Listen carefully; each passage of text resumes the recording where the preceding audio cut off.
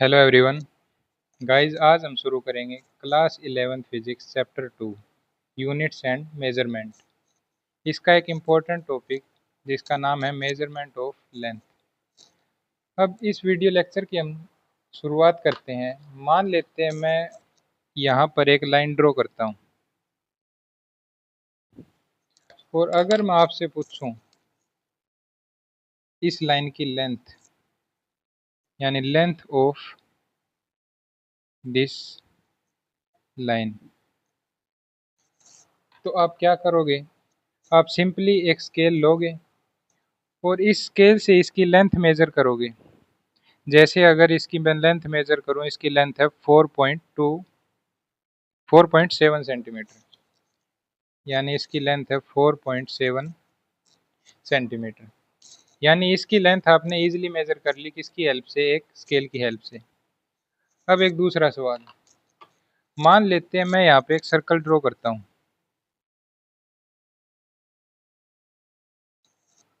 और अब मैं आपसे इस सर्कल की डायमीटर पूछता हूँ, यानी डायमीटर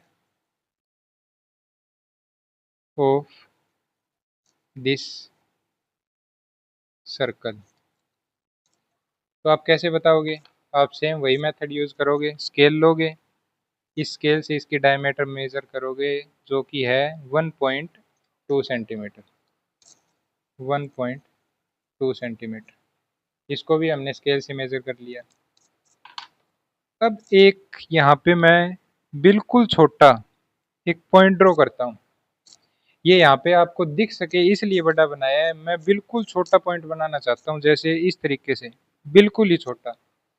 और अब मैं इस पॉइंट की डायमीटर आपसे पूछता हूँ, डायमीटर ऑफ दिस पॉइंट। तो वो आप कैसे बताओगे? अब इसमें स्केल का हम यूज नहीं कर सकते। क्यों नहीं कर सकते? क्योंकि ये जो स्केल है ना, ये सबसे जो छोटी मेजरमेंट कर सकता है वो कर सकता है 1 mm। इससे छोटी मेजरमेंट ये कर ही नहीं सकता। 1 mm क्या है? ये जो स्मॉलेस्ट डिवीजन है ना इसके अंदर, ये 1 mm के बराबर है।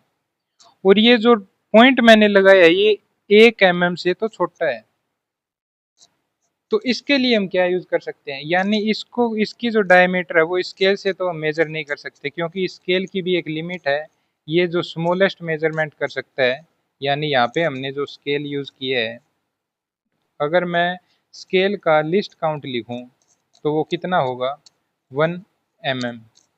यानी लिस्ट काउंट का मतलब क्या हुआ कि सबसे छोटी से छोटी मेजरमेंट हम किसी इंस्ट्रूमेंट से कर सकते हैं, वो होती है उस इंस्ट्रूमेंट की लिस्ट काउंट। तो स्केल के लिए हमारे पास लिस्ट काउंट है 1 mm। इस पॉइंट का डायमीटर 1 mm से भी कम है, तो इसकी डायमीटर मेजर करने के लिए हम इस स्केल का यूज नहीं कर सकते। तो हम क्या यूज करेंगे? हम इसके लिए हम माइक्रोस्कोप का यूज कर सकते हैं। माइक्रोस्कोप। अब माइक्रोस्कोप इसकी डायमीटर कैसे मेजर करेगा? माइक्रोस्कोप के नीचे जब हम इस पॉइंट को रखेंगे तो माइक्रोस्कोप हमें एक इसकी जूम इमेज बना के देगा। यानी इस पॉइंट को मैग्नीफाई करके हमारे पास एक इमेज आएगी और उस इमेज के अंदर हमारे पास डिविजन्स बने होंगे, यानी बॉक्सेस बने होंगे इस तरीके से।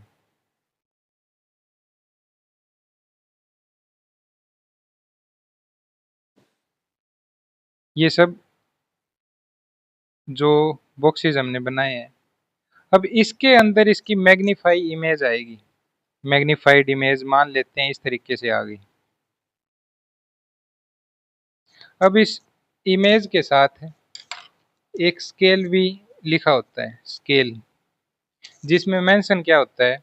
उस स्केल में ये बताया होता है कि इसकी जो एक डिवीजन है, यानी 1 डिवीजन, एक्चुअल में कितनी डिस्टेंस के बराबर है। मान लेते हैं इसकी एक डिवीजन है 10⁻⁻5 मीटर के बराबर। तो अब हम क्या करेंगे? हम देखेंगे इस पॉइंट ने कितने डिविजन्स कवर कर रखे हैं। यहाँ पे हमें साफ दिख रहा है नियरली कितने, 3 डिविजन्स इसने कवर कर रखे हैं। इसका मतलब इसने कवर किए हैं 3 डिवीजन। एक डिवीजन की एक्चुअल लेंथ है इतनी, तो तीन तीन डिवीजन की कितनी होगी? 3 × 10⁻⁻5 मीटर। तो ये इस पॉइंट की डायमीटर होगी। तो इससे हमने मेज़र कर लिया। अब आपसे मैं एक और सवाल पूछता हूँ। अगर मैं आपसे पूछूं कि length of A molecule of oleic acid, oleic acid liquid form में होता है, एक तरीके से लिक्विड होता है ये, उसके एक मॉलिक्यूल की लेंथ पूछ रहा हूँ मैं आपसे, तो उसके लिए क्या करोगे? तो आपका आंसर ये होगा कि सर हम माइक्रोस्कोप का यूज़ करेंगे। लेकिन जिस तरीके से हमारे पास, एक सेकेंड गाइस, जिस तरीके से हमारे पास इस स्केल की एक लिमिट थी, जैसे ये 1 mm से छोटी मेजरमेंट नहीं कर सकता, उसी तरीके से हमारे पास माइक्रोस्कोप की भी लिमिट होती है। माइक्रोस्कोप की लिमिट क्या होती है? ये 10⁻⁻6 टू 10⁻⁻7 मीटर से छोटी मेजरमेंट नहीं कर सकता। ठीक है। अब मैंने जो ये ऊपर आपसे सवाल पूछा है कि ओलिक एसिड की एक मॉलिक्यूल की लेंथ बतानी है, तो जो ओलिक एसिड का एक मॉलिक्यूल होता है उसकी जो लेंथ होती है ना, इस ऑर्डर में होती है 10⁻⁻9 मीटर। ये जो लेंथ है ना, इसके जो माइक्रोस्कोप का लिस्ट काउंट है, ये क्या है? माइक्रोस्कोप का लिस्ट काउंट इससे छोटी है। छोटी है तो जैसे ही इस मॉलिक्यूल को माइक्रोस्कोप के नीचे रखेंगे तो माइक्रोस्कोप जो इसकी इमेज बनाएगा वो बनाएगा ब्लर। यानी उस इमेज से हमें पता ही नहीं चलेगा उसने एक्चुअली कितनी जो डिवीजन है कवर कर रखी है, तो उससे हम उसकी लेंथ नहीं बता पाएंगे। तो यहाँ पे हमारा जो माइक्रोस्कोप है वो भी फेल हो गया। तो अब जो साइंटिस्ट है उनको अगर इस मॉलिक्यूल की लेंथ पता करनी है तो वो कैसे पता करे? तो उसके लिए कुछ स्पेशल इनडायरेक्ट मेथड यूज करते हैं वो।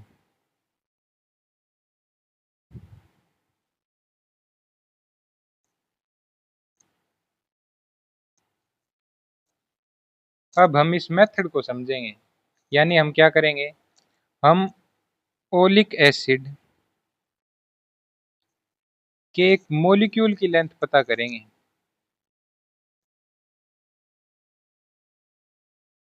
ये हम पता करेंगे बिना इस मॉलिक्यूल को देखे। ये बहुत इंटरेस्टिंग मेथड है। आप इसको जब पूरा कंप्लीट करोगे तो आपको ये इंटरेस्टिंग लगेगा ये टॉपिक। तो इसमें होता क्या है, सबसे पहले हम इस मेथड को समझने से पहले ओलिक एसिड की कुछ एक प्रॉपर्टीज समझ लेते हैं। यानी हमें दिखने में कैसा होता है, इसकी खास बात क्या है, यानी properties of oleic acid.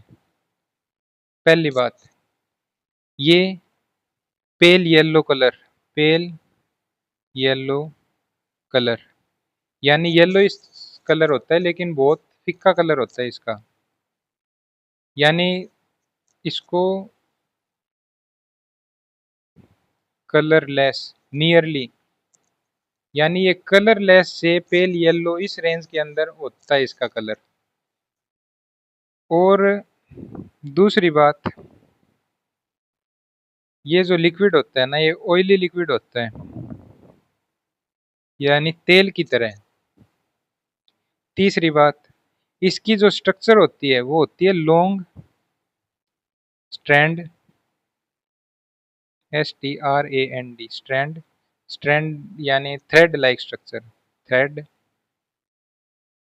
Structure. इसकी मैं स्ट्रक्चर आपको ड्रॉ करके दिखा देता हूँ। इसकी बॉन्ड लाइन स्ट्रक्चर बनाता हूँ मैं एक बार।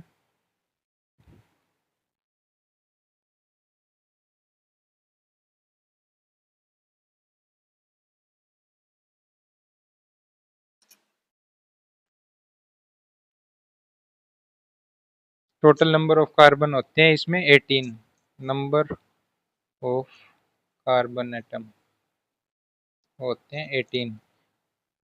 काउंट करके देख लेते हैं, 1 2 3 4 5 6 7 8 9 10 11 12 13 14 15 16 17 18। और लास्ट में यहाँ पे होता है कार्बोक्सिल ग्रुप, यानी जो COOH ग्रुप, इसको हम बोलते हैं कार्बोक्सिल ग्रुप, कार्बोक्सिल ग्रुप। यहाँ पे एक डबल बॉन्ड होता है। अब इसकी खास बात क्या है, इसका ये जो पोर्शन है इसको तो बोलते हैं हम हेड, और ये हमें टेल की तरह दिखाई दे रहा है ये पोर्शन, ये है टेल। अब हेड के अंदर क्या होता है, जो ये बॉन्ड है ऑक्सीजन और हाइड्रोजन के बीच में, तो ऑक्सीजन की जो इलेक्ट्रोनेगेटिविटी होती है वो हाइड्रोजन से ज़्यादा होती है। तो ऑक्सीजन क्या करती है, ये जो शेयर्ड इलेक्ट्रॉन है ना इस बॉन्ड के अंदर, उनको अपनी तरफ अट्रैक्ट करती है और अपने ऊपर पार्शियल नेगेटिव चार्ज ले आती है और हाइड्रोजन के ऊपर पार्शियल पॉजिटिव। इसी तरीके से ऑक्सीजन की इलेक्ट्रोनेगेटिविटी कार्बन से भी ज़्यादा होती है, तो ऑक्सीजन यहाँ पे अपने ऊपर पार्शियल नेगेटिव और कार्बन पे पार्शियल पॉजिटिव चार्ज ले आती है। अब यहाँ पे क्या हो रहा है, पॉजिटिव और नेगेटिव ये दो पोल बन रहे हैं। तो ये जो हेड है ना, ये हमारे पास पोलर नेचर का होता है, यानी पोल बन रहे हैं तो पोलर हेड है इसके पास, यानी जो ओलिक एसिड है इसके एक मॉलिक्यूल के पास पोलर हेड है। लेकिन जो टेल है उसके अंदर सिर्फ और सिर्फ हमारे पास होती है कार्बन और हाइड्रोजन। अब कार्बन और हाइड्रोजन की जो इलेक्ट्रोनेगेटिविटी है उनके अंदर कोई खास फर्क नहीं है, तो इस वजह से यहाँ पे पोल्स नहीं बन पाते। तो ये जो टेल होती है ये होती है नॉन पोलर। ठीक है, यानी अगर हम ओलिक एसिड के एक मॉलिक्यूल की स्ट्रक्चर देखें तो उसके अंदर दो पार्ट होते हैं, एक तो नॉन पोलर टेल और एक पोलर हेड। अब इसको हर बार अगर हमें ओलिक एसिड का मॉलिक्यूल बनाना है तो ये तो इतनी कॉम्प्लेक्स स्ट्रक्चर तो हर बार बनाएंगे नहीं, इसको सिंपलर वे में ये रखते हैं कि ये टेल बना दी हमने और यहाँ पे हेड बना दिया। आगे अब जब भी मैं ओलिक एसिड का मॉलिक्यूल बनाऊंगा इस तरीके से बनाऊंगा, तो आप समझ जाना। अब जो इसकी चौथी प्रॉपर्टी है वो है फोर्थ प्रॉपर्टी, ये इनसोल्यूबल इन वाटर।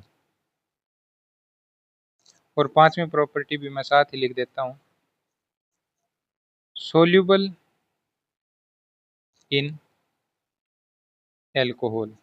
अब ऐसा क्यों है, सबसे पहले हम ये जो फोर्थ प्रॉपर्टी है ये देखते हैं। अगर मैं यहाँ पे एक वाटर मॉलिक्यूल बनाऊं, वाटर मॉलिक्यूल किस तरीके से होता है, ऑक्सीजन, यहाँ पे हाइड्रोजन, यहाँ पे हाइड्रोजन, बेंट स्ट्रक्चर होती है, यहाँ पे ऊपर होते हैं दो लोन पेयर। अब यहाँ पे क्या होगा, ऑक्सीजन की इलेक्ट्रोनेगेटिविटी हाइड्रोजन से ज़्यादा है, तो ये ऑक्सीजन जो बॉन्ड के इलेक्ट्रॉन है अपनी तरफ अट्रैक्ट करेगा, यहाँ पे पार्शियल नेगेटिव, यहाँ पे पार्शियल पॉजिटिव। इसी तरीके से इस बॉन्ड में होगा, ये अपनी तरफ इलेक्ट्रॉन को अट्रैक्ट करेगा, यहाँ पे पार्शियल नेगेटिव, यहाँ पे पार्शियल पॉजिटिव। अब इसमें देखो, इसमें भी दो पोल बने हैं पॉजिटिव और नेगेटिव। तो अगर मैं बोल लूँ जो वाटर का मॉलिक्यूल होता है वो पोलर होता है या नॉन पोलर, तो आपका आंसर होगा पोलर। ठीक है, ये होगी वाटर मॉलिक्यूल की बात। अब बात आती है एल्कोहल की। अगर मैं एल्कोहल का एक मॉलिक्यूल बनाऊं, एल्कोहल, इसका मॉलिक्यूल, एल्कोहल में हम एग्जांपल ले लेते हैं इथेनॉल, इथेनॉल। इसका अगर मॉलिक्यूल बनाऊं तो किस तरीके से, इसकी स्ट्रक्चर होती है CH3COOH। और सिंपलर वे में अगर हम बनाएं तो कार्बन के साथ यहाँ पे 3 हाइड्रोजन, यहाँ पे C, डबल बॉन्ड O और H। अब इसकी जो स्ट्रक्चर है ना, वो ओलिक एसिड का जो मॉलिक्यूल हमने पीछे देखा था उस तरीके से। ये तो इसके पास है हेड, हेड, इसमें भी कार्बोक्सिल ग्रुप है तो ये भी पोलर नेचर है, हेड पोलर नेचर। लेकिन ये जो टेल है ना, ये टेल, ये है नॉन पोलर नेचर। अब ओलिक एसिड और अल्कोहल में क्या अंतर है, सिर्फ इतना अंतर है, उसके अंदर टेल थी लंबी, इसके अंदर टेल सिर्फ एक कार्बन की है, उसमें 17 कार्बन की थी, यही फर्क है। अब यहाँ पे मैंने अगर एक ओलिक एसिड का मॉलिक्यूल लिया, ये तो जो इसका हेड है ये तो है पोलर, और ये इसकी जो टेल है नॉन पोलर। अब सोल्यूबिलिटी के लिए हम क्या देखते हैं, हमने क्लास 10th के अंदर एक रूल पढ़ा होगा, लाइक डिजोल्व लाइक। इसका मतलब क्या है, जो एक जैसे होते हैं ना वो साथ रहना चाहते हैं, उसी तरीके से।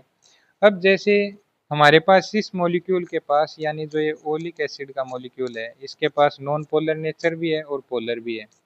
लेकिन हमारे पास जो वाटर मॉलिक्यूल है इसका नेचर है पोलर। तो क्या होगा, अगर हम ये वाटर ले लेते हैं, एक बीकर के अंदर हम लेते हैं वाटर और उसके अंदर हम डालते हैं ओलिक एसिड। तो ओलिक एसिड का ये मॉलिक्यूल का ये पार्ट है पोलर, ये तो चाहेगा कि मैं वाटर के अंदर सोल्यूबल रहूं। लेकिन नॉन पोलर पार्ट क्या सोचेगा, क्योंकि ये नॉन पोलर है तो पोलर में नहीं जाना चाहेगा, ये सोचेगा कि मैं जो पानी के अंदर है सोल्यूबल ना रहूं। इसकी टेल लंबी है, यानी जो इसका नेचर है ना, ये डोमिनेट करेगा और ये जो है ओलिक एसिड को वाटर के अंदर सोल्यूबल नहीं होने देगा। तो ये प्रॉपर्टी हमें समझ में आ गई, जो ओलिक एसिड है वाटर के अंदर सोल्यूबल क्यों नहीं होता, क्योंकि इसकी जो टेल होती है वो नॉन पोलर नेचर की होती है, लेकिन जो वाटर हमारे पास पोलर नेचर का होता है। तो लाइक डिजोल्व लाइक, इस नियम के हिसाब से ये कहते हैं कि नॉन पोलर पोलर में नहीं जाना चाहेगा, इसलिए वाटर इनसोल्यूबल होती है। अब सोल्यूबल इन अल्कोहल ये क्यों होती है, अल्कोहल के पास दोनों नेचर होते हैं, नॉन पोलर टेल भी होती है, पोलर हेड भी होती है। जब हम इसी ओलिक एसिड को अल्कोहल के अंदर डालेंगे, ओलिक एसिड को इसके अंदर डालेंगे, तो क्या होगा, ओलिक एसिड के पास नॉन पोलर है, अल्कोहल के पास भी नॉन पोलर है। ओलिक एसिड के पास पोलर है, अल्कोहल के पास पोलर है। तो पोलर पोलर में डिजोल्व हो जाएगा, नॉन पोलर नॉन पोलर में, यानी इस तरीके से जो ये ओलिक एसिड है ये सोल्यूबल इन अल्कोहल होता है। ठीक है, 5 प्रॉपर्टी आई समझ में। अब छठी प्रॉपर्टी की बात करते हैं। Density of oleic acid is less than density of water. यानी जो ओलिक एसिड की डेंसिटी है वो पानी की डेंसिटी से कम होती है। इसी वजह से जो ओलिक एसिड होता है पानी के ऊपर तैरता है, यानी फ्लोट ऑन वाटर। जैसे हमारे पास तेल पानी के ऊपर तैरता है ना, इसी तरीके से अगर हम इस बीकर के अंदर पानी डालें, वाटर, और फिर ऊपर से ओलिक एसिड डालें, तो ओलिक एसिड इसके सरफेस के ऊपर तैरेगा, अंदर तक नहीं जाएगा, क्योंकि इसकी जो डेंसिटी है ओलिक एसिड की पानी की डेंसिटी से कम है, यानी ये इससे हल्का है। हल्का है तो ऊपर तैरेगा। आई होप ये जो 6 प्रॉपर्टी है आपको ओलिक एसिड की समझ में आ चुकी है। अब इन प्रॉपर्टी का यूज़ करके हम वो स्पेशल मेथड जिसका हमने पीछे जिक्र किया था, कि स्पेशल मेथड का यूज़ करके हम इसकी लेंथ को फाइंड आउट करेंगे बिना इस मॉलिक्यूल को देखे। अब वो देखते हैं, उस मेथड को समझते हैं।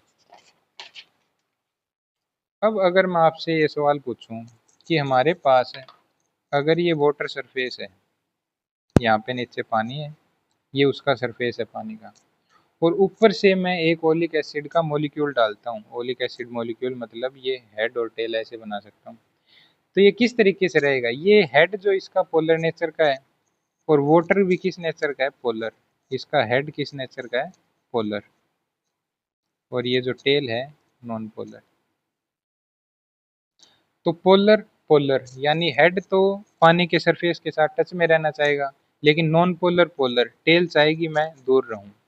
अब इसी तरीके से मैंने एक और मॉलिक्यूल डाला तो वो भी ऐसे ही रहेगा, तीसरा मॉलिक्यूल डाला वो भी ऐसे ही, चौथा डाला वो भी ऐसे ही। अब जो है ये बीकर है हमारे पास,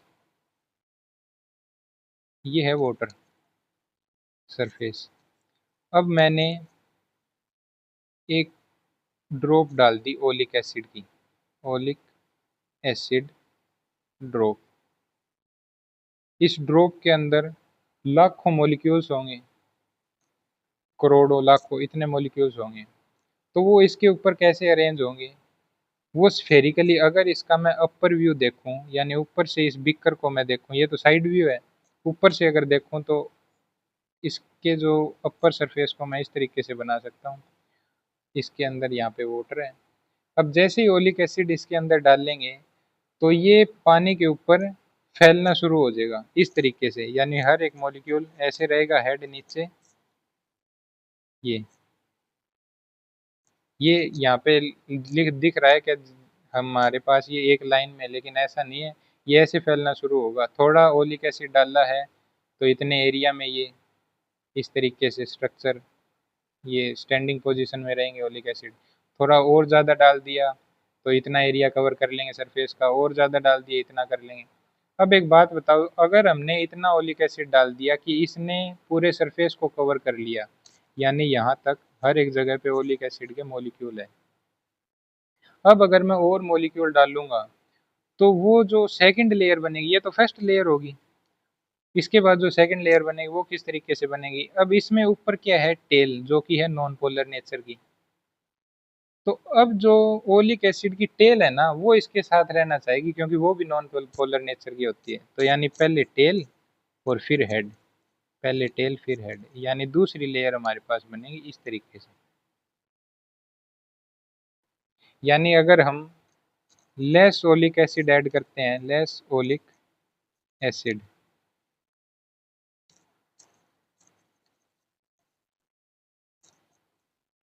ऐड लेस ओलिक एसिड, तो हमारे पास इस ओलिक एसिड की मोनो लेयर बनेगी, यानी एक ही लेयर बनेगी।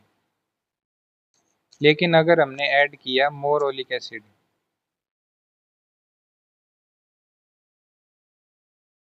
तो हमारे पास डबल लेयर बन जाएगी, डबल लेयर। अब हम मान के चलते हैं कि हमने लेस ओलिक एसिड ऐड किया है, एक ही लेयर बनी है, ये ऊपर वाली लेयर अब नहीं बनी है। तो इस लेयर की जो थिकनेस है उसको मैं टी मान लेता हूँ। अब ये जो टी है, ये क्या, length of oleic acid molecule, ये ओलिक एसिड के मॉलिक्यूल के लेंथ के बराबर है। तो आप कहोगे जी हाँ, क्योंकि जो ओलिक एसिड की स्ट्रक्चर है वो है ये, हमने इस स्ट्रक्चर की पूरी लेंथ को क्या मान लिया, टी। तो मोनो लेयर बनेगी तो एक एक ही मॉलिक्यूल होंगे स्टैंडिंग पोजीशन में, तो यहाँ पे इसकी लेंथ जो होगी वो टी। हमें एट द एंड क्या है, ये टी ही फाइंड आउट करना है। ठीक है। अब इसकी जो एक प्रॉपर्टी पढ़ी है हमने ओलिक एसिड की, ये कलरलेस होता है। अब जैसे ही हम इसको पानी के सरफेस के ऊपर डालेंगे तो क्या हमें ये दिखाई देगा कि इसने इतना जो सर्कुलर एरिया है वो कवर कर लिया है, इतना कर लिया, इतना कर लिया, हमें नहीं दिखाई देगा। तो हमें कुछ ऐसा करना पड़ेगा कि जैसे ही हम ओलिक एसिड ऐड करें हमें पता चले कि इसने कितना एरिया कवर कर रखा है।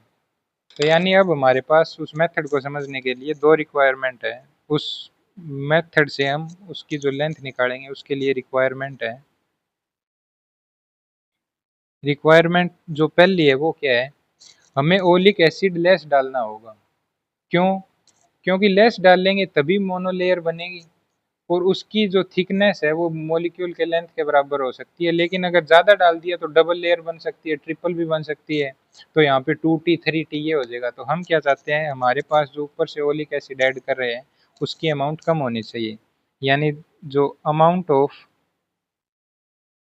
Oleic acid should be less, so that कि हमारे पास जो लेयर है वो मोनो लेयर बने। दूसरी रिक्वायरमेंट क्या, हम क्या चाहते हैं कि ये जो ओलिक एसिड जब हम ऊपर से डालते हैं तो इसके ऊपर जो ये लेयर बनती है ना, ये लेयर किस तरीके से होती है, थिन लेयर होती है। क्योंकि मैंने आपको बताया इस मॉलिक्यूल की लेंथ 10⁻⁹ मीटर, तो बहुत ही थिन होगी ये, थिन लेयर होती है। रफली सर्कुलर लेयर होती है, रफली सर्कुलर, यानी ये अराउंड सर्कुलर के जैसी है, एग्जैक्ट सर्कल नहीं होगी, रफली सर्कुलर लेयर होती है। तो ये जो हमें रफली सर्कुलर ये जो एरिया कवर कर रहा है ना ओलिक एसिड डालने के बाद, ये पता चलना चाहिए। तो उसके लिए हमारे पास ये रिक्वायरमेंट क्या है, the circular area should be visible, यानी दिखना चाहिए। तो अब हमारे पास ये दो प्रॉब्लम है, इनको हमें सॉल्व करना है। पहले दूसरी प्रॉब्लम को देख लेते हैं। इसको हम सोल्व कैसे करेंगे, हम इस वाटर सरफेस के ऊपर लाइकोपोडियम पाउडर छिड़क देंगे, लाइकोपोडियम पाउडर। अब लाइकोपोडियम पाउडर ही क्यों, सिंपल कोई पाउडर यूज क्यों नहीं कर सकते? क्योंकि जो सिंपल पाउडर होता है ना, वो पानी के सरफेस में जैसे ही टच में आएगा वो उससे गिल्ला होगा और गिल्ला होने के बाद उसके अंदर घुल जाएगा। लेकिन जो लाइकोपोडियम पाउडर होता है ना, उसकी प्रॉपर्टी होती है ये हाइड्रोफोबिक नेचर का होता है। फोबिक यानी ये पानी में घुलना नहीं चाहता, यानी इसको अगर हम वाटर के सरफेस के ऊपर डालेंगे तो ये तैरेगा, ऊपर ही रहेगा, अंदर नहीं जाएगा। और इसके जो मॉलिक्यूल्स होते हैं या पार्टिकल होते हैं वो टाइनी, बहुत छोटे होते हैं, लाइट वेट होते हैं, लाइट वेट। तो जैसे ही हम इस वाटर सरफेस के ऊपर लाइकोपोडियम पाउडर डाल देंगे तो इसके बाद जब हम ओलिक एसिड ऊपर से ऐड करेंगे तो हमें साफ दिखाई देगा कि ओलिक एसिड ने कितना एरिया कवर कर रखा है। ठीक है, इसका एक रफ डेमोन्स्ट्रेशन हम देख सकते हैं। यहाँ पे मैंने आपको दिखाता हूँ, मैं एक सेकंड रुको।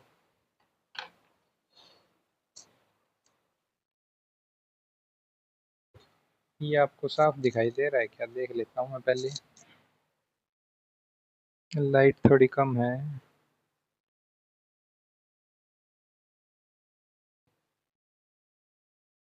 हाँ, अब दिखाई दे रहा होगा। अब जैसे मैंने पानी के ऊपर, यहाँ पे मेरे पास लाइकोपोडियम पाउडर तो नहीं था, लेकिन मैंने यहाँ पे इस पे जो दालचीनी का पाउडर होता है वो छिड़क रखा है। अब मेरे पास एक प्लास्टिक की जो स्टिक है, उसकी टिप के ऊपर अगर मैं सोप सॉल्यूशन ऐड करता हूँ और इसको इस पानी से अगर टच कराऊंगा तो आप देखना क्या होगा।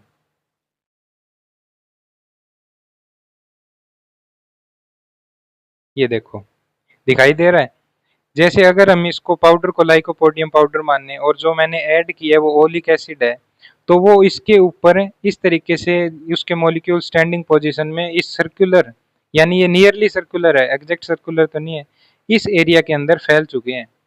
लेकिन अगर मैं ज़्यादा ये जो सोप सॉल्यूशन ऐड करता तो ये जो एरिया है इसका, ये और ज़्यादा फैल जाता बाहर की तरफ। और ऐड करता तो ये क्या पता डबल लेयर ट्रिपल लेयर भी बन जाता। आई होप आप इससे आइडिया लगा लोगे जो मैं आपको बताना चाह रहा हूँ। अब देखते हैं ये दोबारा। अब देखो,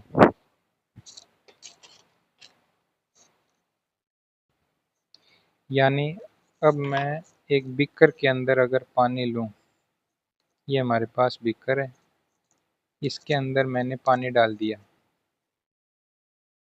ऊपर से मैं ऐड कर रहा हूँ ओलिक एसिड।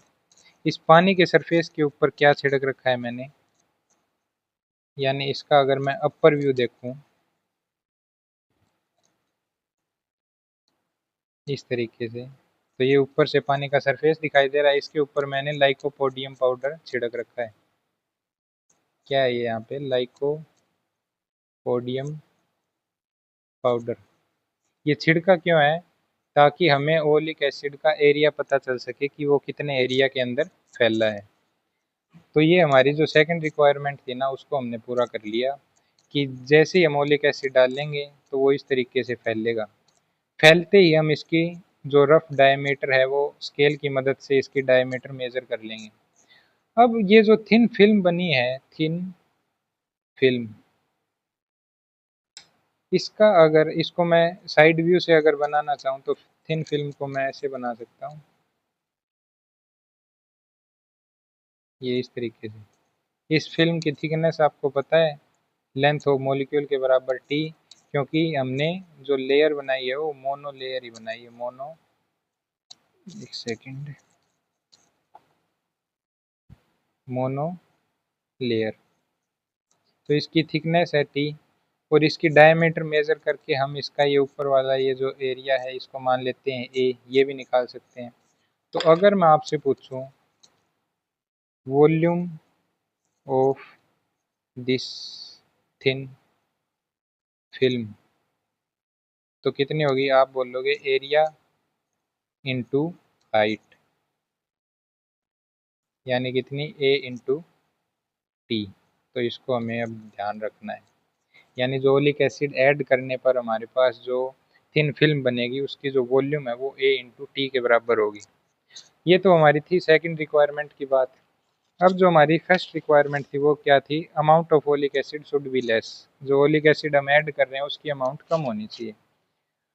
अब पहली बात तो ये कम होनी क्यों चाहिए, ये मैंने आपको एक्सप्लेन कर दिया, क्योंकि अगर ज़्यादा होगा तो डबल लेयर बनेगी, डबल लेयर बनेगी तो यहाँ पे 2T या 3T हो सकता है। तो यहाँ पे इसकी थिकनेस T रखने के लिए हमें मोनो लेयर चाहिए। मोनो लेयर तभी बनेगी जब हम ओलिक एसिड कम ऐड करेंगे। तो आप ये सोचोगे कि हम ओलिक एसिड की एक ड्रॉप ऐड कर देंगे, लेकिन एक ड्रॉप में भी इतने मॉलिक्यूल है कि उस सरफेस को वो कवर कर लेंगे, यानी एक ड्रॉप ओलिक एसिड भी हमारे पास बहुत ज़्यादा हो जाएगा। तो हमें क्या करना है, ओलिक एसिड को कम डालना है। तो आपके दिमाग में ये आ रहा होगा कि हम ओलिक एसिड की छोटी ड्रॉप डाल देंगे, लेकिन अगर हमारे पास कोई भी लिक्विड है, एनी लिक्विड है, उसकी जो एक ड्रॉप है, ये जो ड्रॉप है, इसका साइज हम डिसाइड नहीं कर सकते, can't decide the size of drop. ये जो कोई भी लिक्विड है उसकी जो ड्रॉप का साइज होता है ना, वो उस लिक्विड की सरफेस टेंशन के ऊपर डिपेंड करता है। और एक लिक्विड के लिए उसकी सरफेस जो टेंशन है वो फिक्स ही रहती है, तो उस हिसाब से एक लिक्विड की जो ड्रॉप का साइज है वो भी फिक्स रहता है। ना हम उसको छोटी ड्रॉप बना सकते, ना बड़ी ड्रॉप बना सकते। जैसे हमारे घर में टैप होती है, तो उसको अगर आप थोड़ा ओपन करोगे तो पानी उस टैप के जो ओपनिंग है वहाँ पे इकट्ठा होना शुरू होगा, इकट्ठा होगा। लेकिन इस तरीके से ये अगर टैप मान लो, ये ओपनिंग है, यहाँ पे पानी थोड़ा इकट्ठा होगा, फिर थोड़ा और एक टाइम ऐसा आएगा जब इसकी ड्रॉप का साइज जितना होना चाहिए उतना होने के बाद ये यहाँ पे नीचे गिरेगी। ये ड्रॉप ना उससे पहले गिरेगी ना उससे बाद में। तो यानी हमें ये तो पता चल गया किसी भी लिक्विड का ड्रॉप जो साइज है वो हम डिसाइड नहीं कर सकते। ओलिक एसिड की एक ड्रॉप से हम कम कैसे डालें, तो उसके लिए हम क्या करेंगे, हमने प्रॉपर्टी में पढ़ा है जो ओलिक एसिड है, oleic acid soluble in alcohol, यानी ओलिक एसिड अल्कोहल में सोल्यूबल होता है, यानी घुल जाता है। तो हम क्या करेंगे, यहाँ पे एक ट्रिक यूज कर लेंगे कि हम एक ओलिक एसिड का अल्कोहल के अंदर मिक्स करके एक सॉल्यूशन बनाएंगे, और उस सॉल्यूशन के अंदर यानी ओलिक एसिड में अल्कोहल को मिक्स करेंगे और क्या बनेगा, एक सॉल्यूशन बनेगा। इस सॉल्यूशन के अंदर जो ओलिक एसिड की कंसंट्रेशन होगी, कंसंट्रेशन वो बहुत कम रखेंगे। अब उससे होगा क्या, अब इस सॉल्यूशन की अगर मैं एक ड्रॉप देखूं तो उसके अंदर ओलिक एसिड का अमाउंट बहुत कम होगा। अब जैसे ये ड्रॉप पानी के अंदर जाएगी तो पानी के अंदर ये अल्कोहल है, ये पानी के अंदर सोल्यूबल होती है अल्कोहल, तो ये अल्कोहल तो पानी के अंदर घुल जाएगी। ये जो ओलिक एसिड की छोटी सी अमाउंट है ये उसके ऊपर मोनोलेयर बनाएगा जो कि हमने पढ़ा है। तो अब ये जो कंसंट्रेशन होती है ना, ये एक्सपेरिमेंटली देखा गया कि जब ये concentration concentration 1/400 volume by volume है, तब ये मेथड सही से काम करता है। यानी तब जो हमारे पास मोनोलेयर बन जाती है, ज़्यादा एरिया भी कवर नहीं करती उस तरीके से। अब कंसंट्रेशन की अगर मैं डेफिनेशन की बात करूं तो ये समझ लेते हैं एक बार। अगर हम मान लेते हैं कंसंट्रेशन किसी सॉल्यूशन के अंदर कंसंट्रेशन ऑफ ओलिक एसिड निकालनी है हमें, तो फॉर्मूला क्या होगा, volume of oleic acid in solution upon में टोटल वॉल्यूम ऑफ सॉल्यूशन। तो यहाँ पे वॉल्यूम बाय वॉल्यूम क्यों लिखा है, क्योंकि ऊपर भी वॉल्यूम यूज कर रहे हैं नीचे भी, इसलिए बस डिनोट करने के लिए कि पता चले कौन सी कंसंट्रेशन है। तो वॉल्यूम बाय वॉल्यूम कंसंट्रेशन है 1/400 है। यानी अब हमें जो ओलिक एसिड का सॉल्यूशन बनाना है ना अल्कोहल के साथ, ओलिक एसिड प्लस में जो अल्कोहल का सॉल्यूशन बनेगा, यानी ये जो है सॉल्यूशन, इसकी जो कंसंट्रेशन हमें रखनी है, कंसंट्रेशन ऑफ सॉल्यूशन वो रखनी है 1/400 वॉल्यूम बाय वॉल्यूम। अब इसका मतलब क्या है, हम अल्कोहल कितनी लेंगे, ये इसको तो यहाँ पे बंद कर देते हैं, ये अलग बात। अल्कोहल अगर हम ले 399 ml प्लस उसमें 1 ml ओलिक एसिड डाल दें, तो हमारे पास टोटल सॉल्यूशन बनेगा 400 ml। अब इस सॉल्यूशन के अंदर अगर मैं पूछूं आपसे कंसंट्रेशन ऑफ ओलिक एसिड, वो कितनी होगी? फॉर्मूला क्या है? Volume of oleic acid in solution. इस सॉल्यूशन के अंदर, यानी ये क्या है? सॉल्यूशन है, ये इतना ml एल्कोहल है और ये हमारे पास है ओलिक एसिड। इस सॉल्यूशन के अंदर ओलिक एसिड की अमाउंट कितनी है? Volume of oleic acid in solution, तो वो है 1 ml। 1 ml अपॉन में टोटल वॉल्यूम ऑफ सॉल्यूशन वो है 400 ml, यानी यहाँ पे कंसंट्रेशन होगी 1/400 वॉल्यूम बाय वॉल्यूम, जो कि हमें मेथड में यूज करने के लिए चाहिए। लेकिन अब हमें ओलिक एसिड का ये जो जो भी हमारे पास सॉल्यूशन की अमाउंट लगी वो लगभग 10 ml 20 ml इतनी लगेगी। उसके लिए हमने सॉल्यूशन कितना बना लिया? एल्कोहल हमने वेस्ट की 399 ml, लगभग आधा लीटर एल्कोहल हमने वेस्ट कर दी। तो इसलिए हम इसी कंसंट्रेशन का सॉल्यूशन बनाने के लिए एक दूसरा मेथड यूज करते हैं। वो क्या है? अब ये जो मेथड है वो क्या यूज करेंगे? हम क्या लेंगे? 1 ml ओलिक एसिड लेंगे और वो ऐड करेंगे 19 ml एल्कोहल के अंदर। तो टोटल सॉल्यूशन कितना बना हमारे पास? 20 ml सॉल्यूशन बना। अब इस सॉल्यूशन का 1 ml लेंगे, 1 ml of this solution plus में 19 ml एल्कोहल फिर से लेंगे। यहाँ पे जो टोटल वॉल्यूम है सॉल्यूशन की 20 ml होगी, 1 ml प्लस 19 ml, इसको हम बोल देते हैं एक बार फाइनल सॉल्यूशन। अब जो ये 20 ml ऊपर सॉल्यूशन बनाया है, अगर मैं इसके अंदर ओलिक एसिड की कंसंट्रेशन पूछूं, यानी कंसंट्रेशन उसको सी बोल देते हैं, कंसंट्रेशन किसकी? ओलिक एसिड की, वो कितनी होगी? इस सॉल्यूशन के अंदर volume of oleic acid in solution, यही फॉर्मूला है ना कंसंट्रेशन का। तो इस सॉल्यूशन के अंदर ओलिक एसिड की वॉल्यूम है 1 ml अपॉन में टोटल वॉल्यूम ऑफ सॉल्यूशन वो कितनी है? 20 ml।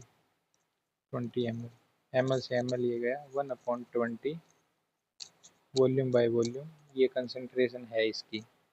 अब इसका एक्चुअल में 1/20 ये कंसंट्रेशन है, इसका मतलब क्या है?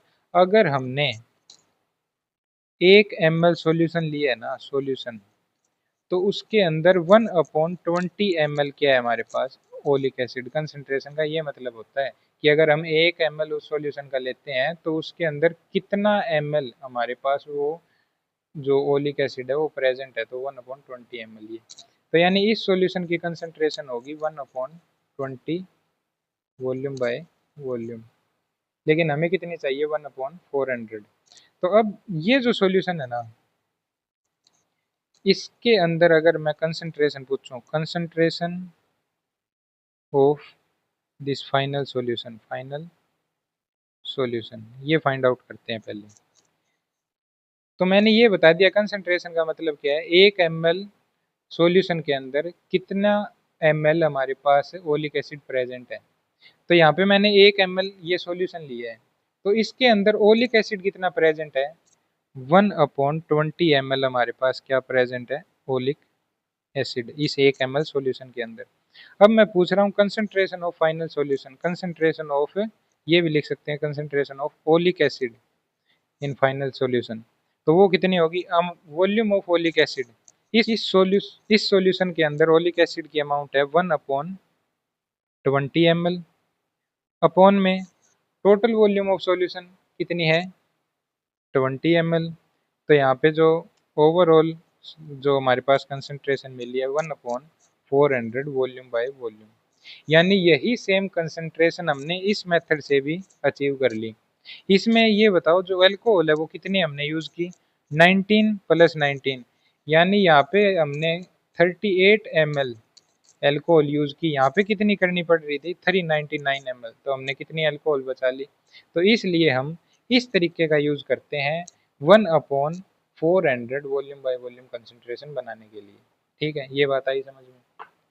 चलो, हमारे पास जो पहली रिक्वायरमेंट थी वो ये थी कि हमारे पास वॉल्यूम जो अमाउंट होना चाहिए ओलिक एसिड का वो कम होना चाहिए। वो हमने कैसे अचीव किया?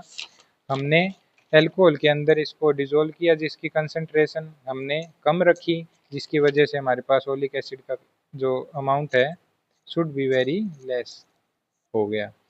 दूसरी रिक्वायरमेंट क्या थी, हमें जो सर्कुलर एरिया ये कवर कर रहा था ये दिखाई नहीं दे रहा था, उसको देखने के लिए हमने यूज किया लाइकोपोडियम पाउडर। अब इसको फाइनली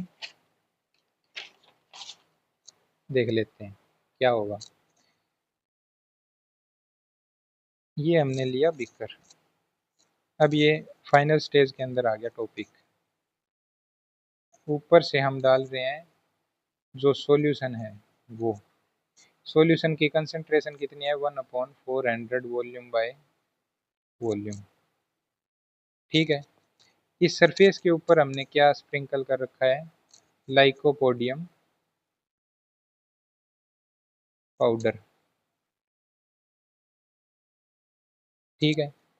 अब जैसे ही हमने मान लेते हैं लेट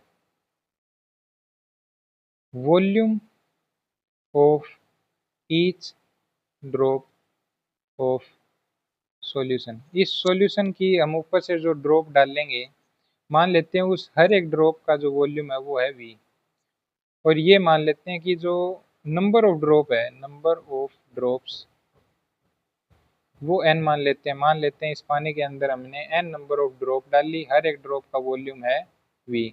तो अगर मैं आपसे पूछूं टोटल वॉल्यूम ऑफ सॉल्यूशन कितनी होगी, तो आप डायरेक्टली बोलोगे n नंबर ऑफ ड्रॉप है और V volume of one drop है, तो टोटल वॉल्यूम होगी n इंटू वी। अब इस वॉल्यूम के अंदर अगर मैं पूछूं वॉल्यूम ऑफ ओलिक एसिड वो कितनी होगी, तो हमें पता है इस सॉल्यूशन के अंदर जो ओलिक एसिड की कंसंट्रेशन है 1/400 है, यानी इसकी जो वॉल्यूम होगी 1/400 टाइम्स, यानी 1/400 पार्ट भी लिख सकते हैं, 1/400 part of total volume of solution. तो 1/400 इंटू टोटल वॉल्यूम कितनी है NV, यानी ये जो ऊपर से हमने ओलिक एसिड की जो वॉल्यूम ऐड की है वो कितनी है, volume of oleic acid that we added in water, वो कितनी है 1/400 NV।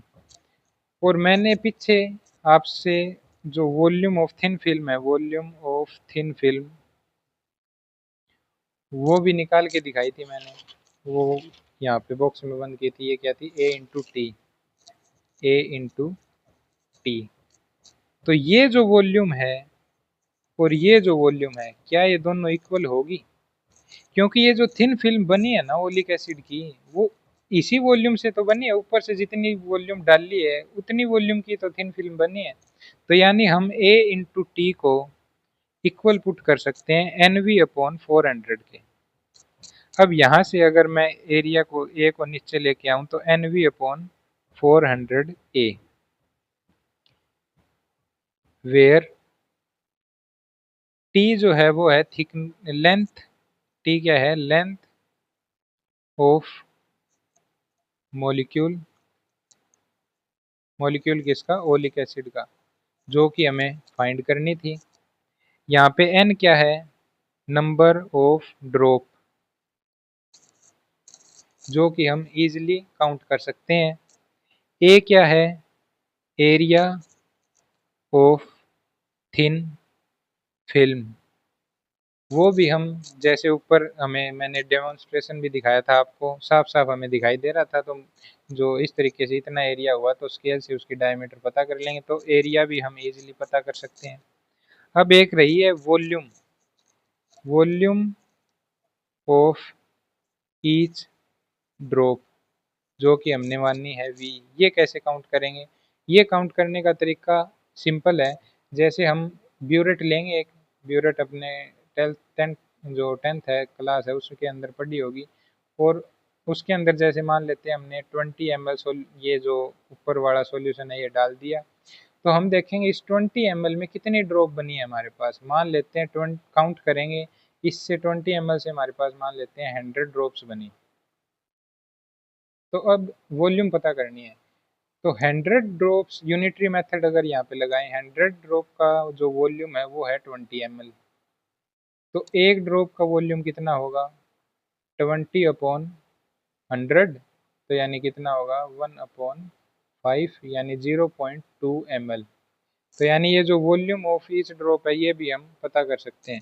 तो इस फॉर्मूले के अंदर एन भी पता कर सकते हैं, वी भी पता कर सकते हैं, ए भी पता कर सकते हैं, 400 कांस्टेंट है। तो इन सब का यूज करके हम क्या मॉलिक्यूल की लेंथ पता कर सकते हैं, यानी यहाँ से हमारे पास जो है मॉलिक्यूल की लेंथ पता चलेगी। देखो अब ये जो मेथड हमने यूज किया है कितना इंटरेस्टिंग मेथड है, हमने मॉलिक्यूल को बिना देखे उसकी जो लेंथ है वो फाइंड कर ली। तो इसी तरीके से जो साइंटिस्ट है मॉलिक्यूल की लेंथ वगैरह स्पेशल इनडायरेक्ट मेथड यूज करके निकालते हैं। तो ये थी आज की वीडियो। आई होप आपको ये वीडियो अच्छे से समझ में आई होगी, ये टॉपिक भी क्लियर हुआ होगा। तो मिलते हैं किसी और इंटरेस्टिंग टॉपिक के साथ, तब तक पढ़ते रहिए, खुश रहिए, बाय।